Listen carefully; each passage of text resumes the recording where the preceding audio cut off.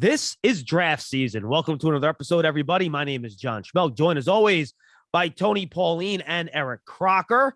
Thank you for being with us, everybody. Just a reminder, draft season is presented by Tommy Hilfiger, a PVH brand and an official partner of the New York Football Giants. You can find this, of course, on all your favorite podcast platforms. Search for draft season, subscribe, add us to your favorites. And if you're an Apple Podcast, please lay us down with that 5-star positive review.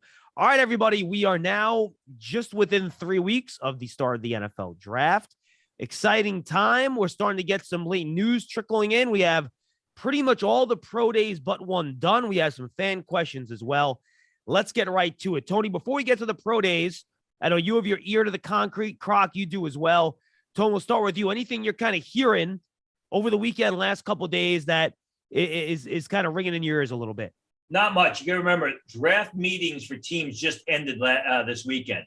So what's going to happen is I would suspect over the next couple of days, there'll be a lot of news that's coming out. I mean, the only thing that I'm hearing that's being reinforced is Trayvon Walker is really flying up draft boards. I think from what I'm hearing, the pass rushers are going to go much earlier than everybody thinks. Those pass rushers, Aiden Hutchinson, Trayvon Walker, Kayvon Thibodeau, Jermaine Johnson could be grouped, could be off the board by the 5th pick of the draft. The 3 offensive tackles, Evan Neal, Aquano of North Carolina State, Charles Cross of Mississippi, are going to go much earlier. They're probably all going to be off the board by the 8th selection of draft. So I think the early portion of the draft, the top 10 picks, the top 8 picks, is going to be pass rushers and offensive tackles. You know, I did a mock draft for Locked On Network. Just last night, we put that episode out this morning, and it was on me. We usually kind of flip-flop each week between myself and my co-host, Ryan Tracy. But the first 4 picks, all defensive ends, all edge rushers. I had Thibodeau, 1 second. I had Hutchinson, Thibodeau, Walker, and then Jermaine Johnson with the first 4 picks. So, Tony, you would say with some level of confidence, and then level of confidence is maybe a little strong, but if you had to take a gander right now, the top 8 picks in this draft, probably those 4 defensive ends, the 3 offensive tackles, and Sauce Gardner. That's the way it looks right now. I mean, I don't see a quarterback. From what I'm hearing, I don't think a quarterback gets pushed into that top 8 unless maybe Matt Rule in Carolina gets his way. I don't see a receiver. Maybe Atlanta takes a receiver, but right now, like I said, the pass rushers the top 4 guys will likely be off the board by 5, and the offensive linemen are going to be smashed in those top 8 to 9 picks somehow. And you think a trade in that mix, Tony? You think everybody sticks some picks? Yeah, I mean, the only trade that could happen is if somebody offers Seattle a lot for the 9th pick and then they move down because they want to accumulate a lot of picks. But I don't see right now a trade in the top 8. Hey, Croc, how about you? What do you think? What's your gut?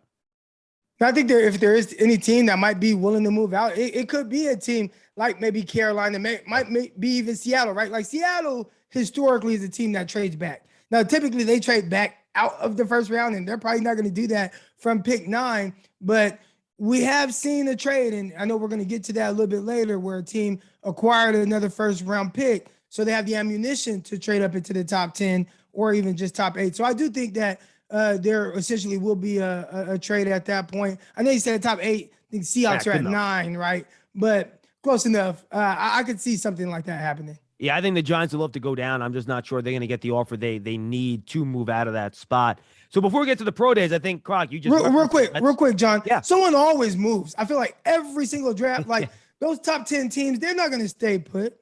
And that never happens. And whether it's on draft day or maybe coming up soon, I'd say like teams right now that are picking, they are kind of content with where they are, and then eventually will trade come draft time or the day of the draft. But it won't stay the same at all. Like we never see that. Even last year, you had the 49ers trade up to pick number 3 overall.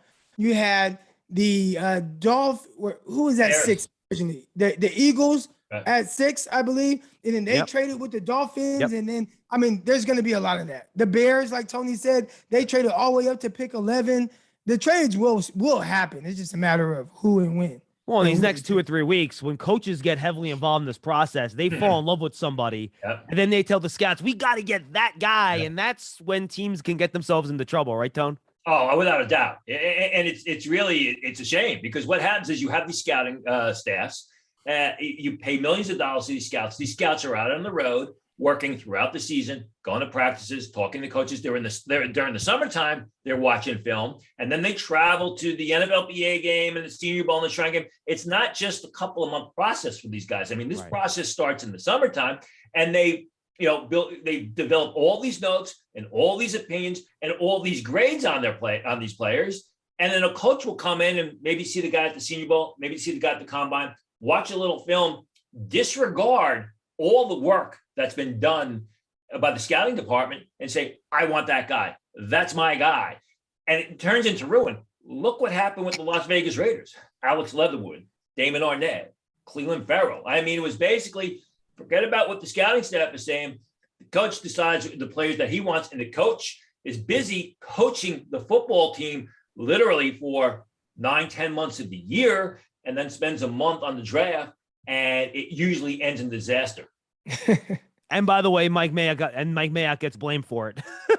Right. It's funny. All right, let's talk about the one trade that has happened then, guys. We haven't had a chance on this show, at least, to talk about the Saints and Eagles trade. I'm not going to list all the picks that got moved because I'd be here for another 25 minutes. Bottom line, Saints trade their one next year, a couple other additional day 2 picks to pick up one of the Eagles' first-round picks this year. Eagles get their additional one next year to probably hedge their bets on Jalen Hurts. I think the calculation for Philly here is easy. I don't think we need to go too in-depth on why they would want to make this trade, right? If the quarterback doesn't work out, you want multiple picks next year to move to make something happen. Howie Roseman likes to move. He picked up additional picks in addition to that. Really no-brainer for Philly. Why do you guys think New Orleans decided to make this trade? Croc, let's start with you. Yeah, I mean, the first thing that comes to mind is a quarterback. Now, we have seen the New Orleans Saints trade up previous years. They selected Davenport, the edge rusher out of UTSA. So we've seen them make an aggressive move for a non-quarterback, but to me, this screams quarterback. They are looking for that guy. Yes, they had Jameis Winston, and they brought him along for another 2 years. Yes, they signed Andy Dalton. He's just kind of an insurance type guy. But I think ideally they want to get the quarterback for the long term. And they potentially think, hey, we're going to have to move up into the top 10 to get that guy. Now, it's interesting because to start this offseason process, nobody was saying the quarterback was going to go in the top 10. I mean, there are people who are saying, will there be a first-round quarterback, let alone 2 of them?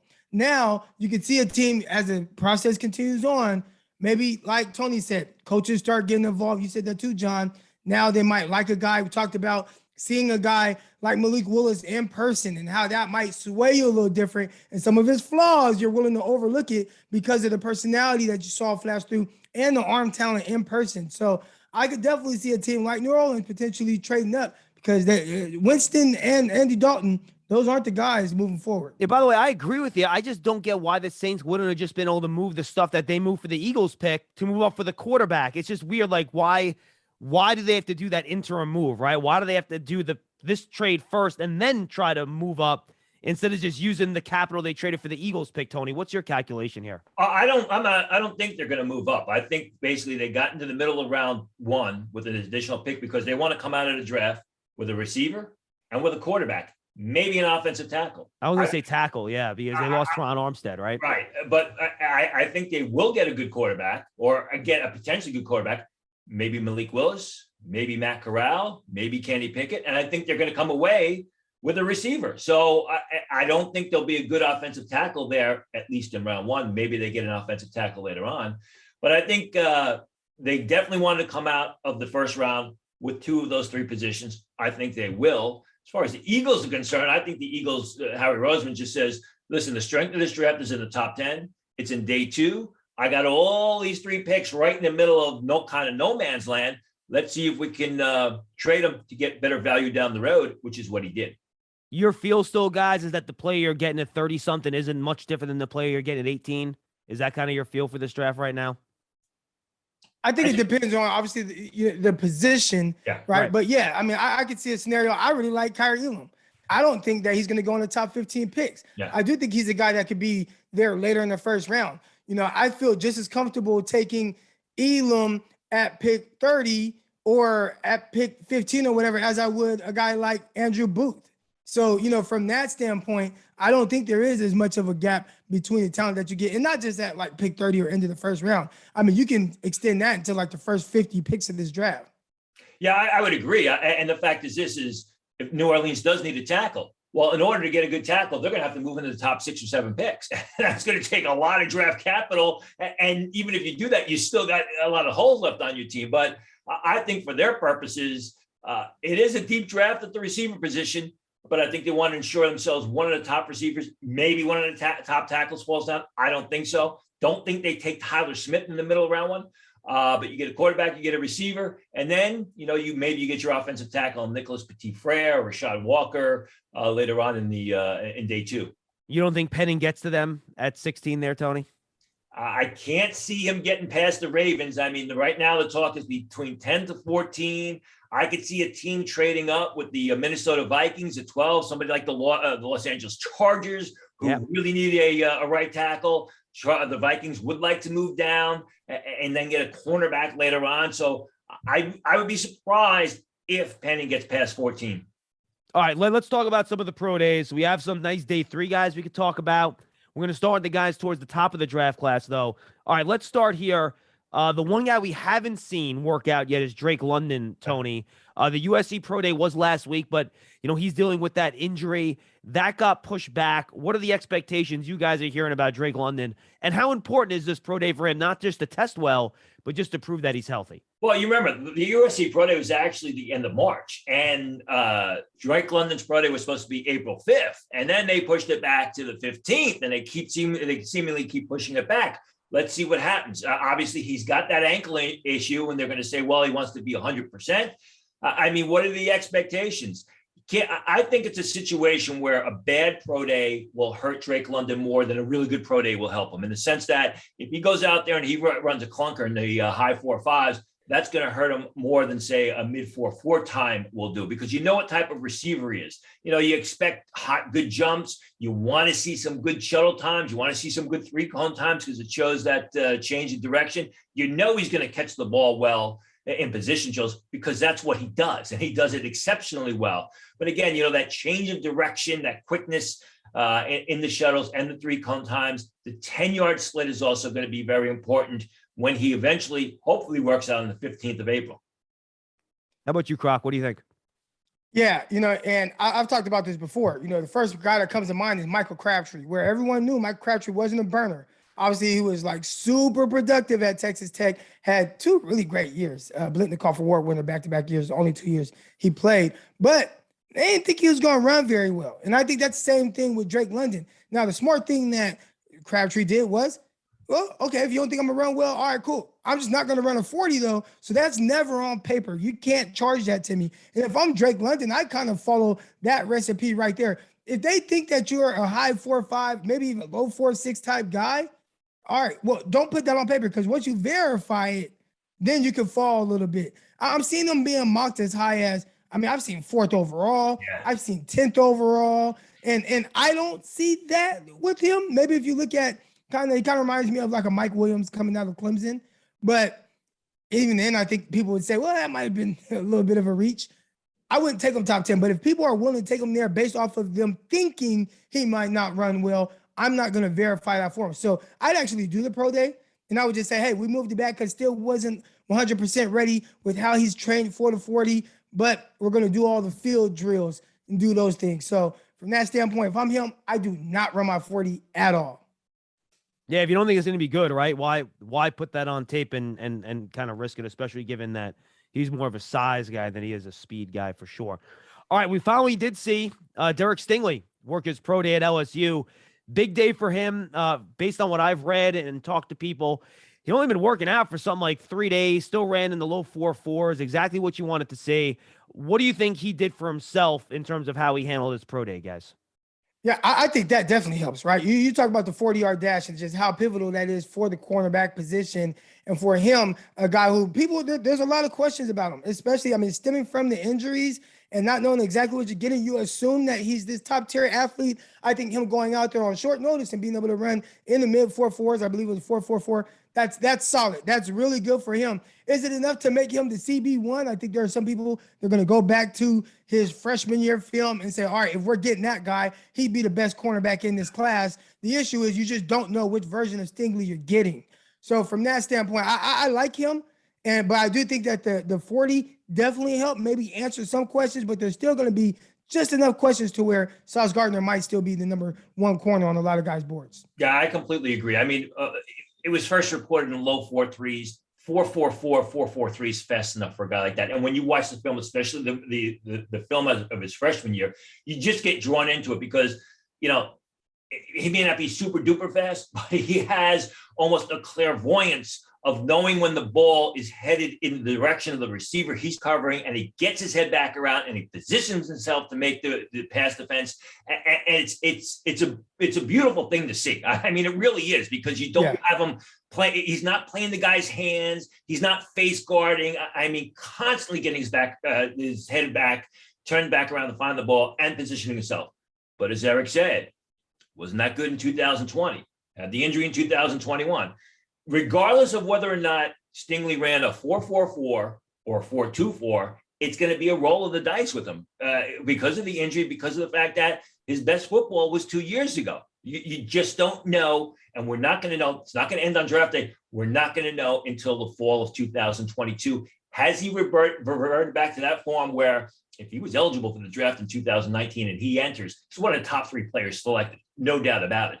We're not going to know. Or is he the guy that has played inconsistent, uninspired, up and down football the past 2 seasons?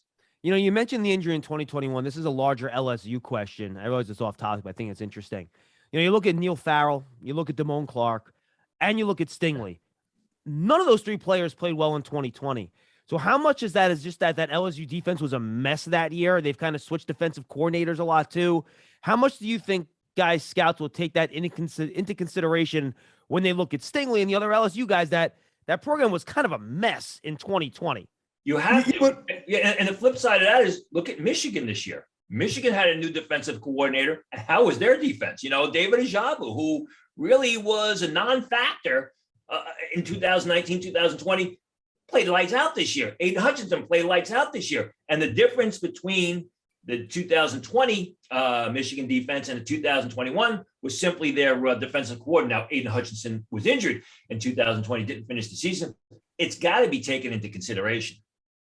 And not just that. You look at like coaching changes and what that does to guys. South Carolina's head coach was fired a couple years ago in the middle of the season. And the snowball effect of that is their 2 big-time cornerbacks said, we're not playing for the rest of the year.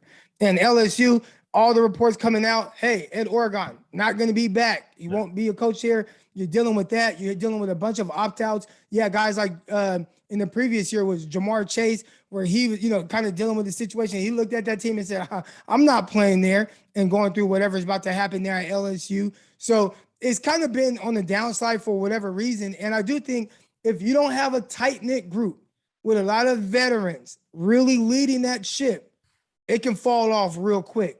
And I think that's what we've seen. And I think we saw that. And Tony used the word with Stingley's play, uninspired. He's not the first person I've heard say that, right? Just on film, it looks like he's kind of going through the motions.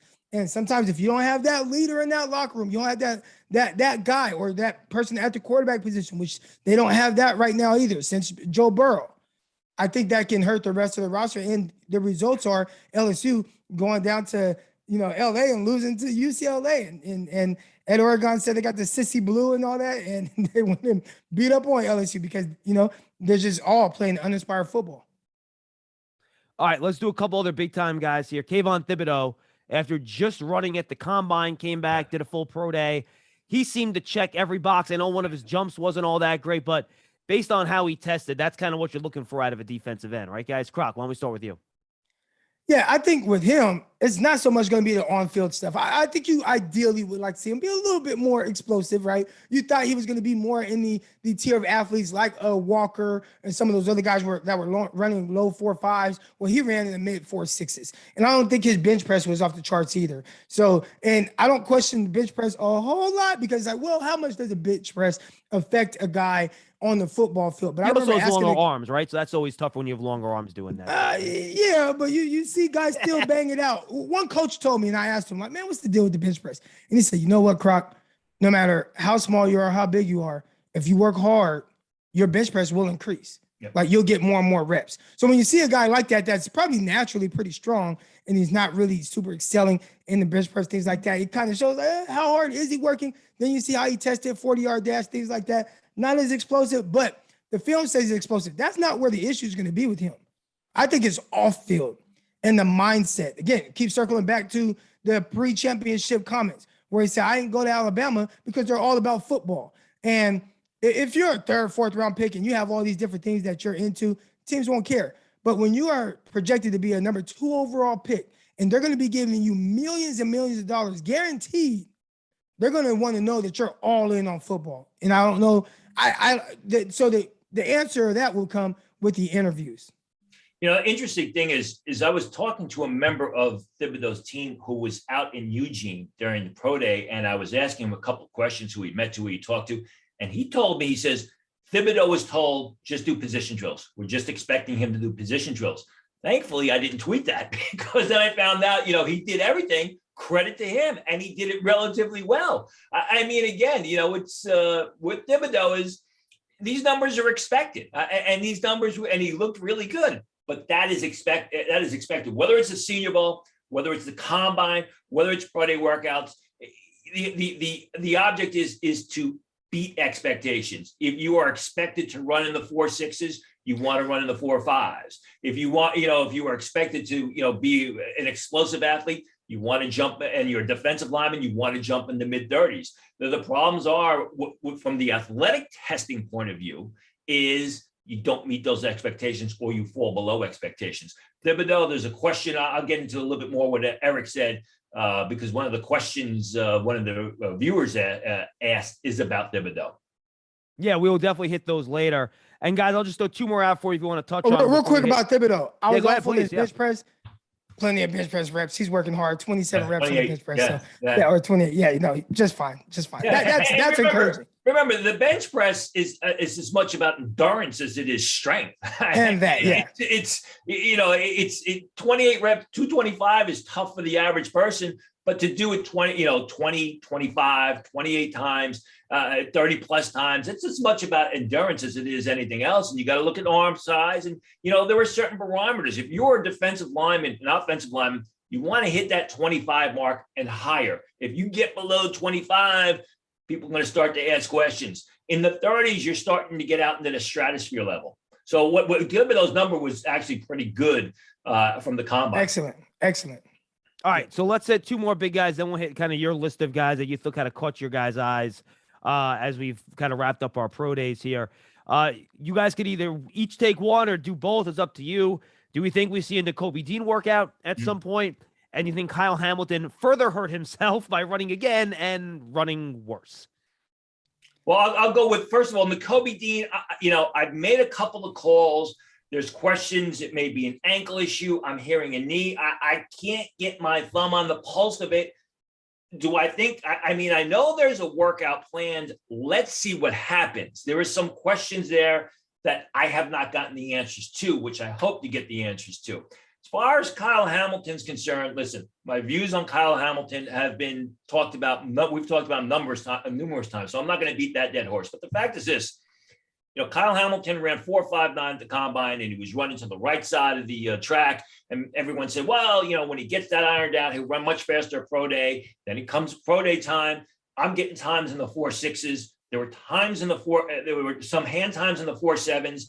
And people say, well, he plays faster than that. And I agree. There are situations where guys play faster than their 40 time. And then there are guys who run super fast 40 times and don't play that fast. But at what point in time is a guy a defensive back and he's running in the high 4.5s or the 4.6s or even the 4.7s, And you say, this is going to hurt him at the next level, because even if he plays faster than the 4.7, well, he runs maybe that's in the mid to high 4.5s. That's still not good at the next level. So, I think it's time to stop making excuses for Kyle Hamilton and call it out what is.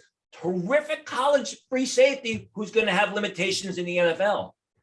And we've seen that before with guys like Taylor Mays, right? Yeah. Where you got this big athlete who ran well. I mean, he ran well. And he was an Olympic type athlete, Taylor Mays. And there were those questions about that. And what they do with Taylor Mays, similar to what you're saying, that maybe Kyle Hamilton is more of a linebacker. And Taylor Mays ended up moving him to the linebacker position to get more out of it. So I'm not saying that Hamilton is going to be that, but I do think there are those questions, and I don't think that they were answered with running a 4.74, as some of the guys like Daniel Jeremiah were reporting. Yeah, I talked to a scouting buddy who was on one of our shows, and he told me he talked to a few different people, and they said Hamilton's people said basically since the combine, he's kind of, took a little bit of a rest, and he's trying to just get ready to play in the NFL now. So he didn't train super heavily for his pro day, but he ran anyway, which was, probably wouldn't be if you're not going to train, why would you run again, right? So sit on that time. What did exactly Treylon Burks do? Treylon Burks said, okay, I ran a 4.55, not great. I can maybe improve it, but I don't want to hurt myself if I haven't truly continued to train for that 40-yard dash. So sit on that time. 4.59 with Kyle Hamilton at the combine. I think most people would be like, you know what? Wish he would have ran better, but not the worst thing in the world. But then when you go out there and you put on paper 4.70 and 4.74, now it just the question marks just continue. Listen, and Eric will probably tell you, I'm a former track and field guy. Okay, I competed in decathlon for 11 years. Training or no training, you're either fast or you're not. The difference in the training is you're not going to go from a 4.59 guy to a 4.45 guy. That doesn't happen. Okay. And he went and reversed a tenth of a second. Anybody who knows anything about speed training, things like that, it's just, he's not fast. Let's call it for what it is. He's smart. He's tough. He's got decent instincts. He's just not fast. All right. I know all about that. I wasn't very fast. So, but you weren't projected as a top 10 pick either. So. I was not. No. Don't take it personally. That's a big part of it. No, that's a big part of this whole thing with Kyle Hamilton. It's also where he's being projected. So if you're going to run your 4.59, but people are saying, oh, okay, well, you're a second round pick, nobody will make any stinkers about it. Yep. But when you're projected top 10, but you're not grading out as a top athlete at a premier position right now, that's what safety is turning into. You have those limitations. There's going to be more questions. I think that might be more what Tony's pushback has been on Kyle Hamilton. He doesn't see him as the top 10 prospect people are making him out to be. Yeah, especially once people start thinking if he was a box safety, that's certainly not a premium position, right? Like if you're a guy that's going to, like Derwin James, you're covering receivers, you're playing free, you're all over the place, then maybe premium spot. But if you're limited to box safety role, that's when people start, dropping you a little bit, I think, right? And even Derwin James, where was he selected in the draft? 15th, bottom half of round 1. Yeah. So and we talked about this before. You can't play Kyle Hamilton over the slot receiver. He's got limitations in coverage. Okay, that's fine if you are a bottom half of round 1 guy. But as I said before, this is someone that people still have listed as the best player in the draft. I've never seen it. I've never seen it. Okay, let's get to it, guys. Both of you have highlighted some defensive backs whose pro days have kind of jumped out to you. You can just go back and forth, run through them, guys, and why are some of these times and pro days significant to you? Tony, why don't we lead off with you because you got a bunch of guys here. Darian Kendrick was terrible. I mean, the Georgia cornerback started at Clemson, sort of a Derek Stingley type in the sense that his best football was probably 2 years ago, was not good at Clemson in 2020, showed flashes last year at Georgia, ran in the 4.7s, 31-inch vertical jump. Here's a guy that people thought was a day 2 pick. He's now going to hold on to a position in day 3. It doesn't mean he's not going to be a good player at the next level. It doesn't mean he can't play at the next level. It just means that the view of Darian Kendrick has taken a major step back, and he's gone from from a day 2 selection into the 3rd day of the draft. Conversely, Scott Nelson, the pro days are as much about guys who were not invited to the combine who get to show up their skills. For scouts, Scott Nelson, the safety from Wisconsin, a guy who doesn't look very fast on film, doesn't look super athletic, tested off the charts, 39-inch vertical jump, 4.39 to 40. So the thing with Scott Nelson is, he's got the speed, he's got the athleticism. You just have to coach him to use it on the football field. And I think Scott Nelson's a guy that no one thought about being selected in the draft. Now he's going to get 7th round consideration. When you're getting in those closing picks, people go to the computer numbers. The bigger guys, the faster guys, the more athletic guys. Scott Nelson's now put him in that conversation as a potential late round pick, or at least when the draft is closing, having his name called. Croc, you the guy you highlighted as well, right? Yeah, I had a few guys. One was Faion Hicks out of Wisconsin, cornerback. I first got my eyes on him I was watching tape on a Michigan receiver, and I'm watching this little corner and how he's competing. I'm like, man, he's aggressive. So I start actually watching him and taking notes on what he was doing. This was a couple of years ago. And now to see this year him do well, but then he goes to the pro day and he really blows it away. All right, we're talking about, and I'm looking for my numbers here. Here we go. He's only 5'10", 195. So he's a little bit vertically challenged from that standpoint. And he's probably a guy that people are going to pigeonhole into being a nickel corner, even though he played outside all throughout college. All right, but 40-yard dash, 4.38. Awesome. 3-cone. This is the part that was like, okay, let's go. 6.62 3-cone. That's elite. Change of direction there. Broad jump, 10.6. Vertical jump, 39.5 inches. Shuttle, sub 4 shuttle, 3.94. So from a pro day perspective, that's as good as it gets. It doesn't get much better for a guy who might not be highly regarded on a lot of boards, but you see something like that at a pro day, then you go back, you watch the film, and you're like, man, he competed his butt off. He did well guarding bigger guys. Hey, does he have some special teams value to his game? And you might see him move up some boards a little bit. So I think Faion Hicks, I think he's a guy right away to me. I loved his game already, thought he was really good at the corner position, but man, I think he projects extremely well as a nickel. Tony talked about Kyle Hamilton. And now you probably can't line them up over slots. And a lot of times you can't with some of these longer guys because of the change of direction and having them match and mirror the movement skills of a smaller receiver. Well, when you have a guy like Hicks, that's what he's made for. He's made to do that. So he was a guy, he stood out right away. Now I want to talk about a guy that I don't want to say went in the opposite direction, but maybe didn't help himself as much. Verone McKinley out of Oregon, safety, playmaking guy. And I like his film. You watch him, he plays with really good anticipation. I think he brings that thumper mentality to him, balls in the air. He's closing quick. He'll meet you at the ball, knock passes out. He does a lot of those good things.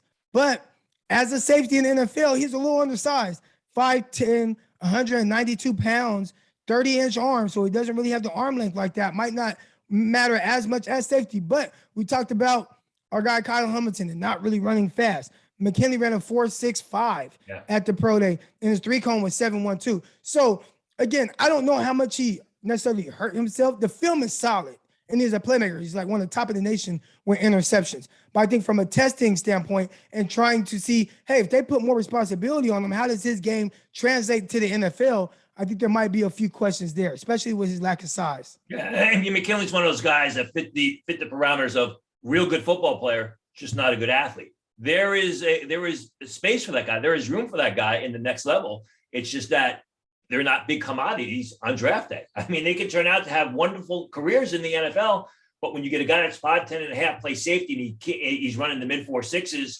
that's going to hurt him on draft day. No doubt about it, draft weekend. Tony, you could hit any of their defensive backs you want, otherwise jump to your linebackers. Well, one other defensive back, cornerback I mentioned is Sam Womack out of Toledo, a guy who was a little fire plug, ran 4.37, shorter guy, 5'9" and change. But, he's talking about Faion Hicks, that sort of cornerback that you put in dime packages. You can put him over the slot receiver.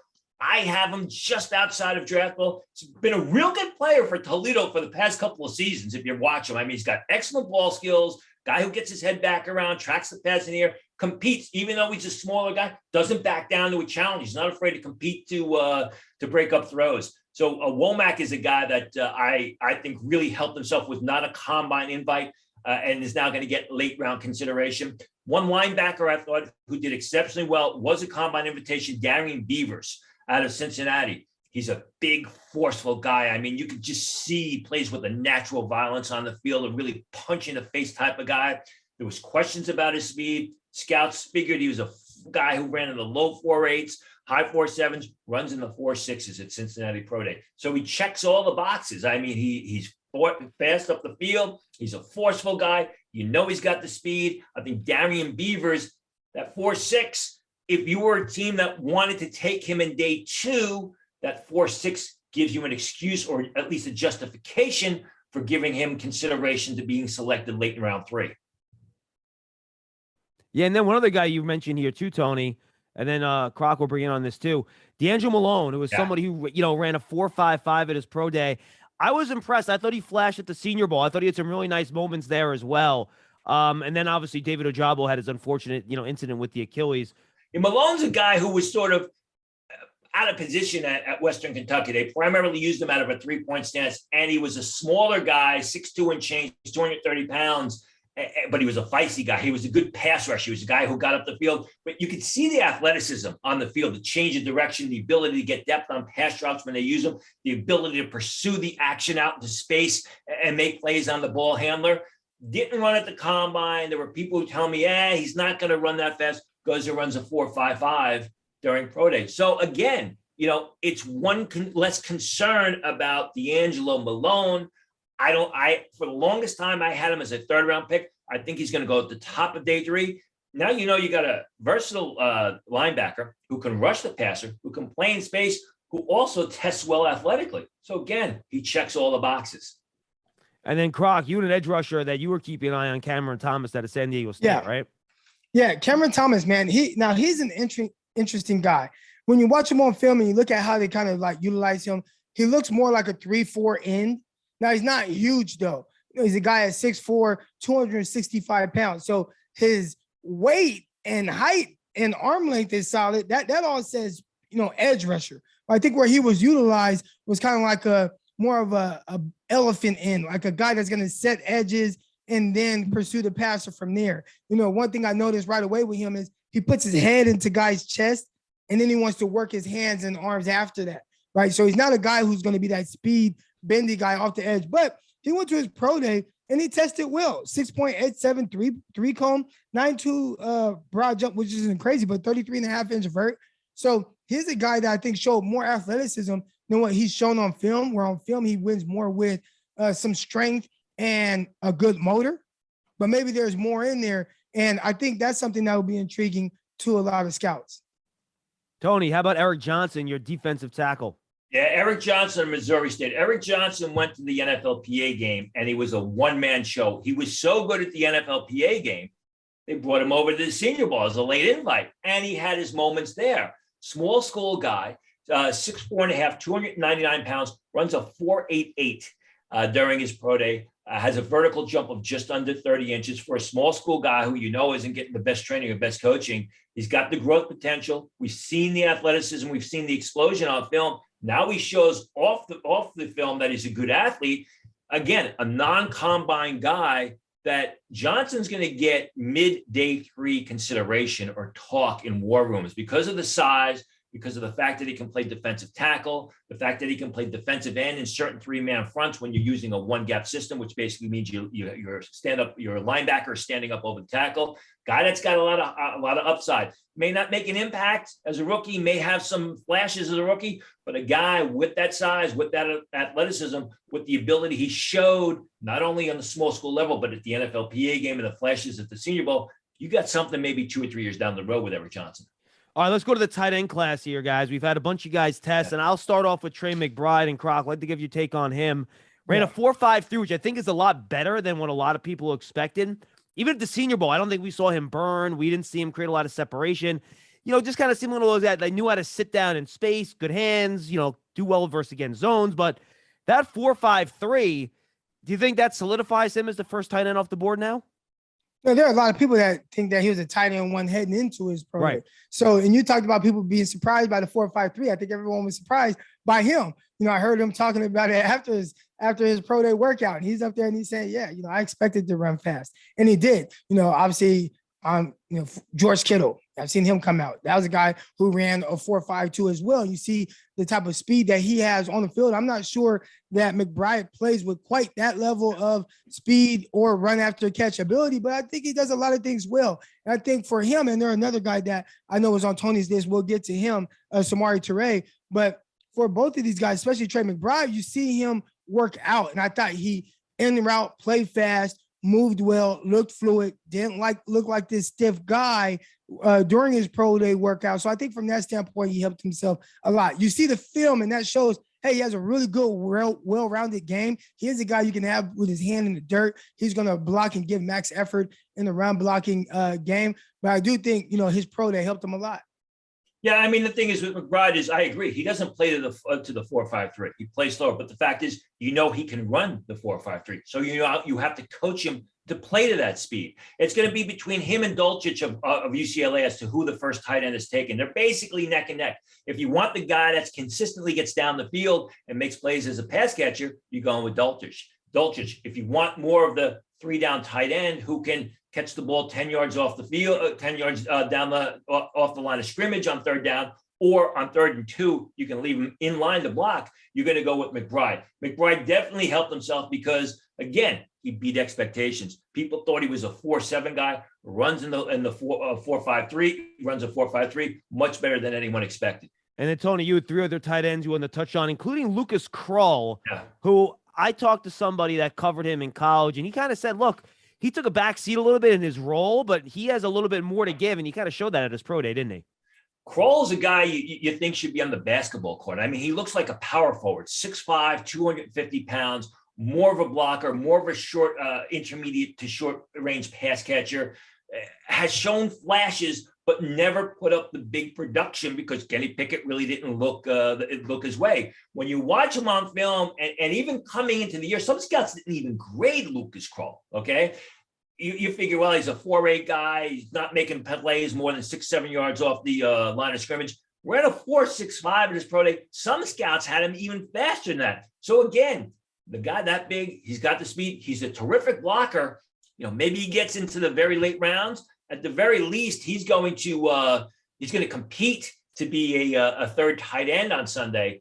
One guy who was absolutely terrible was Jalen Weidermeyer, and I mean, terrible would be a compliment. I mean, Weidermeyer is a guy who people, including myself, thought could be a Tell first us what you round, really think, Tony. Yeah, could be a first-round pick off the 2020 film. Was terrible last year. I think he dropped 4 passes in the Auburn game. Goes to his pro day, can't break 5 seconds in the 40. Texas A&M is reporting that his vertical jump was 35.5. I'm told that's a mistake. It was actually 25.5. Someone a scout buddy who was there said the only thing worse than his marks were watching him go through this because he looks so unathletic. So Weidermeyer is a guy who people thought, including myself, I'm guilty, potential first-round pick. He may not even be drafted off of the terrible 2021 season, coupled with the disastrous pro day. I mean, Eric's talking before. We're talking about Drake London. If the guy's going to run in the 4.6s, don't let him run. I mean, Jalen Weidermeyer should have just stayed home and said, "Listen, I can't work, and I got the flu today," because it was a killer. Hopefully he can turn it around and we can get to see the Jalen Weidermeyer we saw in 2020. But as of right now, I don't see how this guy's draftable. And I do think a lot of people were kind of going more off of his previous film as opposed to this year. I know me watching this year, I was like, well, he's kind of a long, lumbering type tight end. I thought he was kind of like smooth and he could run the spots. I thought the best part of his game was just his ability to kind of box out defenders, make plays at the catch point. Thought he did a good job with that. You watch him against Alabama. He had a nice little run after catch opportunity there, but I thought he left a lot to kind of be desired in the sense of what we're seeing from a lot of tight ends coming out now, where they are just these pure, quick, kind of shiftier guys. You talked about Dulcich out of UCLA, what he looks like on film. You put on his film, then you go to Weidermeyer film, and it's kind of like night and day as opposed to what we saw with Weidermeyer in this past season. Now, Tony touched on the pro day, and I've only heard of one pro day that was kind of like just as bad, and that was one up the street from me, the Division II kid who was a 3-time All-American at the D2 level and just tested very poorly. Weidermeyer was in the same kind of realm. You can't go any tight end. Matter of fact, if you look at all of his numbers, you look at his vertical jump, it would be the lowest out of every tight end at the combine. If you look at his 40-yard dash, it would be the lowest out of all the tight ends. I mean, he's hitting like historically low marks for performing, especially for a guy who some did consider to be a first-round talent.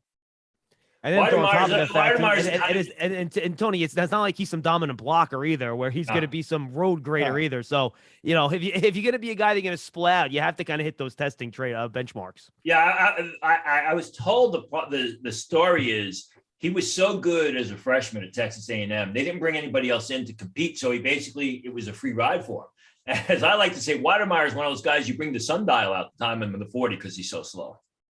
All right, and then you wanted to touch on Isaiah Likely, the other tight end, Tony, and then the wide receiver, Samori Toure, that Croc mentioned. Why don't you guys hit those two, and then we'll get the fan questions. Yeah, Likely did not run well. It was in the high 4.7s. Some people had him a 4.80, but I think Likely is one of those guys that we talked about earlier. Doesn't time well in the 40, but he plays fast. You got to watch the film with Isaiah Likely because he's a guy who gets down the field 30, 40 yards and beats defensive backs to make big play. But the fact is that time is going to kind of hang over him and hurt his draft stock.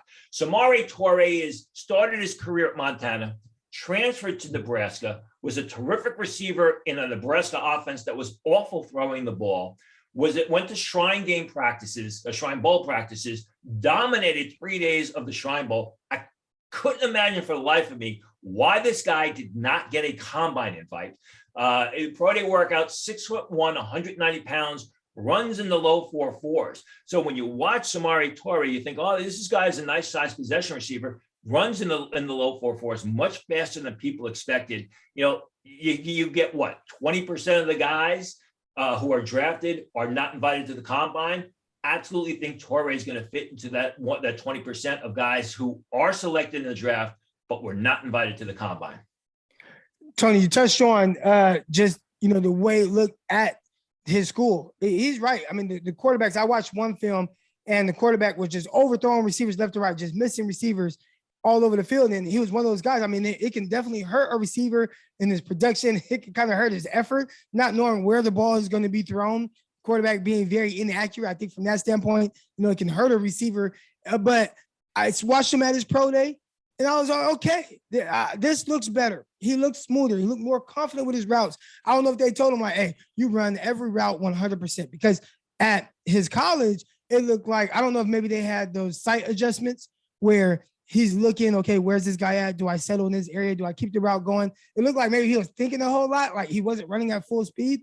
Pro day looked much more improved, looked smooth, soft hands, turned up field, good body, 6'1", 190. That's solid size for a guy, especially if you're going to run in the 4.4s. I think there's a lot to like about that. As far as Isaiah Likely goes, didn't run well. I think one thing that kind of helps you a little bit with the whole thing, 4.8 or high 4.7s, you don't want to see that, but broad jump being 10.3 shows that there is some level of explosiveness in there. And maybe he's a guy that just needs to be taught how to run the 40.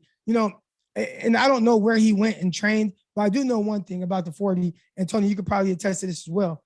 A lot of it's technique. Yep. And if you could get the technique down, that at the very least can help you. I think, Samori Toure, 6.73 cone. That's terrific, right? Got those long legs. Maybe he knew, okay, there's steps, 4, 6, 3. If you get those in your steps, especially if you have longer limbs, it can help you just knowing the technique of the 3-cone drill. A guy like Likely, he might not know exactly how to run a 40-yard dash, and that can really hurt your time. Maybe that's because there is some explosiveness, and he does play much faster than he does on his 40-yard dash time. Yeah, it's much better than it used to be. I used to see guys, they look like band leaders. Their head was back, and, they're leaning backwards rather than leaning forwards. And so much of it is, the awkwardness of the start, because if they don't get that start down, that's going to ruin the rest of the 40-yard dash for these guys. All right, guys, let's go rapid fire on some of our fan questions here. Richard Ricaldi, better prospect and why? Evan Neal or Ike Ekwonu? Tony, why don't you lead us off?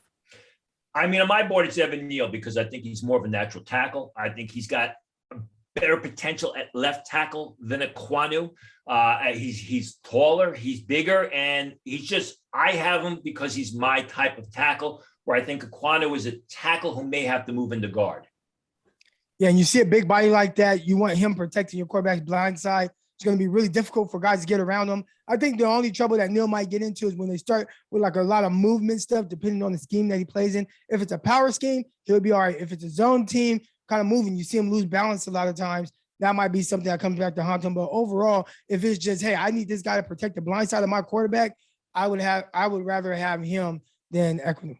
Yeah, Neal's a guy who's played left and right tackle as well. He's a better pass protector than Ekwonu. Ekwonu might get you excited with some of the domination in the run game, but I agree. I think for me, Neal's ahead of him on my board as well. All right, Edward McTweetus. I love the username. How far do you think Thibodeau might fall? Is this similar to the Micah Parsons drop last year? Croc, why don't we start with you? I think that's a great comparison, right? Because everyone loved the player and everything that Parsons was. And when he was there at 12, Cowboys were like, hell yeah, we are taking him. And they got one of the best defensive players in recent years to come out, very versatile. Thibodeau, I don't know if he'll fall that far just because at the end of the day, it's the difference between a linebacker, which I know we saw Parsons do some edge rusher stuff and excel there, but a linebacker and the edge. Edge, I mean, they're going to be prioritized regardless. So I don't see him getting past like pick 7 to the New York Giants. I think that's as far as he'll fall. Yeah, I think the latest he falls is 9 to Seattle. I don't think it's a fair comparison. Remember, Micah Parsons sat out the 2020 season because of COVID. And there were a lot of teams early in the draft. We saw it with Jamar Chase. We saw it with Penei Sewell, who did not want to take players that opted out of the season because of COVID reasons early in the draft. That's why those guys, especially Chase, who was graded as the number 2 player on my board, fell further than he probably should have. So I don't think it's a fair comparison. Granted, I don't know that I hate to say it with Thibodeau that there's off the field concerns because it sounds sort of salacious, like something's wrong. The fact is as we talked about, John, and I reported from the combine, teams, and Eric mentioned earlier, teams are concerned because he's acting like he's already there. He's already made it rather than working to make it, but he's a terrific player on film. So I don't think he gets past Seattle at 9. Yeah, and I agree. I think it's big. Yeah, go ahead, Croc. I'm sorry. Yeah, just to add a little bit more context to it. And this was one thing that I always forget. And then I remember it at random times, but I didn't think he was coming back after he had the ankle injury early in the season. Right. And we have questioned how much, he loved football and things like that. But the fact that he came back from that and played the rest of the year, that there's something there. Maybe he just comes off a little funny style. But that was one thing where I'm like, oh, he ain't coming back, man. Ankle injury, whatever. People are projected to be the number 1 overall pick. Why come back? And he came back. So there's something to that. And that ankle injury was the first game of the season against Fresno State. The next game of the year was in Columbus, Ohio, against Ohio State. I was at that game. And Thibodeau was down on the field, basically being a cheerleader and a leader on the sidelines for his teammates. Oregon went into Columbus and upset the Ohio State Buckeyes. So, yeah, I think that's a point that's often missed on people who say, well, he doesn't play really hard, is the fact that this guy basically could have redshirted, or you could have sat on the sidelines with the legitimate justification that he hurt his ankle the first game of the season, and he came back. Nick Bosa, right? He was a guy who had that core muscle injury, and there were people saying he could have came back. He didn't come back. He sat out the rest of the year, and you don't get the question marks about his character at all. All right, let's stick on the defensive ends here. I think I'm with you too, Eric. That defensive end position, I think, is big as compared to Parsons. It's such a premium spot. I think teams are probably more willing to kind of roll the dice there. I'm with you. Booker Daniels, compare, contrast traits, floor and ceiling for Thibodeau, Trayvon Walker, and Jermaine Johnson Jr. How do you sort through those 3 guys? Croc, why don't we start with you this time? I think the big wild card in that is Walker. We talked about it earlier a little bit where, he's one of the worst in college football with like pass rush productivity or something like that. And with certain other metrics you look at, he's one of the worst in this class. So there's a very low floor with him where it could be a guy that's all traits. Now, what was he asked to do at Georgia? That's also a question, as opposed to some of these other guys like Jermaine Johnson, like Thibodeau, where it's just like, hey, just go get the quarterback. Yeah. Don't worry about anything else. So there's that aspect to it as well. But as far as, ceiling and floor, he might have the lowest floor because at the end of the day, we do know about the other guys. Hey, they could just get after the quarterback. As far as ceiling goes, you have to say that he might have the highest ceiling. He's the biggest one of the group. He's the most athletic one of the group. And there's still a lot of room for growth with him as well. So that's how I kind of see that kind of playing out. Yeah, I understand it. And people look at the stats. They look at the sack stats with Trayvon Walker and like, well, they're okay. The guy was also credited with 32 quarterback hurries, the most on the Georgia defense. Now, I know that's sort of a subjective sort of stat, but the fact is, it's not just about sacking the quarterback. It's about hurrying the quarterback. It's about rushing the quarterback. It's about getting upfield and having the quarterback move his feet or look away from a receiver and think more. And Trayvon Walker was the best on that Georgia defense at hurrying the quarterback, pressuring the quarterback. Maybe didn't get the sack, but he got in the quarterback's face. And as Eric said, was asked to do different things. Gap assignment, set the edge, drop back off the line and make plays in space on zone blitzes, which if you look at Georgia, their top 2 sack guys were their linebackers. Get out in the space and make plays in pursuit. So I think hands down, Trayvon Walker has the highest upside of any of the 3 mentioned. I think Jermaine Johnson is probably the best guy who's going to come in and maybe have the most sacks. I think Thibodeau is a guy that, if he puts his mind to it, will be better than any of them off the bat. But he's got to make football a priority and really focus on football. Am I crazy? And this will be on my last follow-up, then we'll wrap it up here. That I think Trayvon Walker's best position on the field on third down is going to be a 3 technique. Like, you put him inside, you man him up with the guard on passing situations. I think he's so big and strong and quick. That could be a nightmare situation for offenses, to me at least. I don't know. So I don't think he has I think you can use him in a variety of ways. I think you can use him at defensive end in a 4-man front. I think he can play defensive end in certain 3-man fronts. I think you can kick him inside as your 3 technique tackle as your inside pass rusher. You can drop him off the line. You can stand him over tackle. He did all those things very well at Georgia. So that's the beauty of Trayvon Walker. When you really watch the film, and I mean watch the film and forget about the fact that he had 6.5 sacks, I mean, that's why Trayvon Walker is getting talked about as the potential first pick of the draft, or the second pick of the draft, or the third pick of the draft. It's not because of his great combine workout, which was a knockout. Watch the film and watch what he did on film. He did what they asked him, and he did it exceptionally well. All right, guys. Good stuff. Always fun talking to you. Next week, we're going to get the latest news from Tony. We're going to talk about all the teams that have multiple picks in the first round, which is more than a half dozen, so we have a lot to talk about there. And we'll get some requests from the fans, too. You can submit it. I'll put it up later in the week.